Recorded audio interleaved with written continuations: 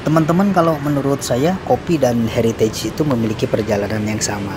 Sama-sama dilalui di suatu kota, di zaman dibangunnya suatu kota. Mereka berjalan beriringan. Heritage, bangunan-bangunan yang cukup lama, terutama di kota Bandung, kota Cimahi, kita bisa temui. Sementara kopi juga menjadi cikal bakal bagaimana Indonesia dikenal dengan rempah-rempahnya ketika masa penjajahan.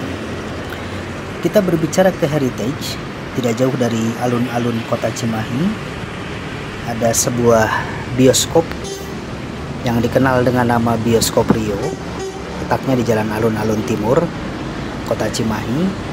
Dan bioskop ini pada zamannya dulu menjadi tempat hiburan para tuan-tuan dan noni-noni Belanda. Sampai tahun 80-an saya masih bisa menikmati. Saat itu ketika SD, di tahun 80-an saya sempat mengikuti satu program sekolah untuk menonton film-film perjuangan di bioskop ini. Yang anak-anak saat ini yang tidak mengetahui bioskop Rio, nah kalau jalan-jalan ke Ramaya, nah itu di seberangnya kan ada Rio Center. Nah, Rio Center itu dulunya adalah gedung bioskop yang sangat terkenal. Bahkan ayah saya yang seorang militer pernah bercerita bahwa para prajurit remaja junior-junior dari ayah saya seringkali hiburan ketika malam minggu dengan menyaksikan film di bioskop tersebut. Kalau dilihat dari fisik gedungnya sebetulnya tidak banyak yang berubah. Atapnya masih sama, kemudian juga penampakan di mukanya, di depannya itu masih sama. Hanya saja kalau dilihat di depan ini sudah ada satu yang berubah. Artinya pada pintu masuk sekarang tidak ditemui dinding, semuanya ngeblong sampai ke dalam. Nah, kalau dulu begitu masuk itu ada dinding untuk display film-film yang diputar, promo-promo di situ.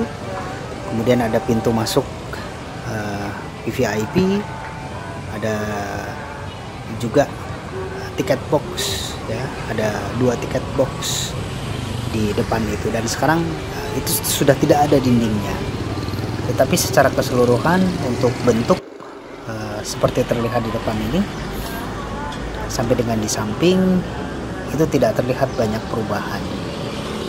Nah, hanya dinding tadi saja untuk display tersebut. Dulu di tugu utama di depannya itu seringkali dipasang poster-poster, baik itu di atas ataupun juga di bawah, poster-poster film yang sedang diputar. Dan kalau masuk ke dalam juga itu masih terlihat tiang-tiangnya dan sejumlah ornamennya, terutama di sisi kiri, di tengah, dan di belakang itu sama. Hanya saja sepertinya untuk layar ini sudah tidak seperti dulu. Kalau dulu di depan itu ininya lebih tinggi si atapnya, kok sekarang kayaknya lebih pendek walaupun tidak ada yang diubah dari sisi-sisi besi-besinya, tiang-tiang pancangnya.